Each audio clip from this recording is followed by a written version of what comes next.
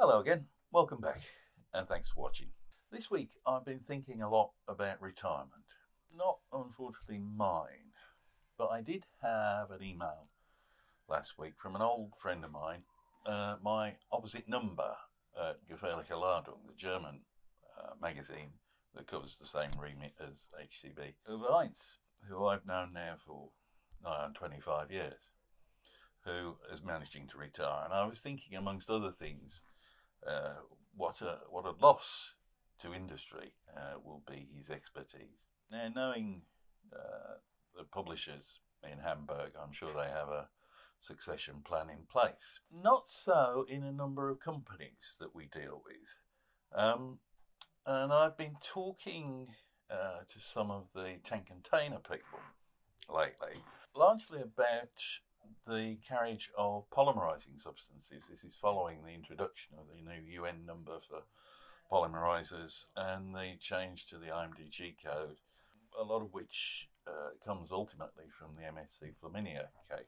And as I think I've mentioned before in one of these presentations, what the change in regulations will mean is that information about the nature of any inhibitors used to stabilize polymerizing substances during transport will have to be passed on down the supply chain along with the goods. And that means those along the supply chain are going to have to be sufficiently up to speed with the technology and with the regulations to understand the meaning of the information that's going to be passed on, the type of inhibitor used, the temperature of the lading when it was put in a tank, the expected temperature range during the duration of the voyage, and as a result of which, the likely expiration date of said inhibitor.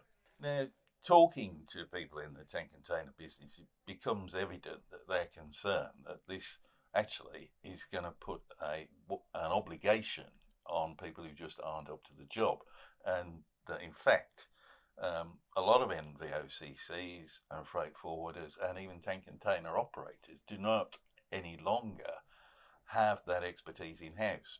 They all used to, and I understand that some of the bigger tank container operators and, oddly, the leasing companies still do have that expertise. But as people with that expertise get to retirement age, disappear, I think there's a tendency to assume that their jobs can be done just by following procedure. And that's not the case, is it? We all know, we all recognise that experience brings something additional to life. And it's something that we need to take care of.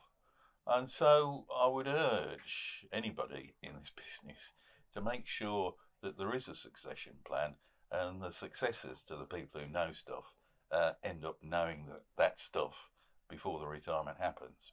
That's it from me this week. See you next week.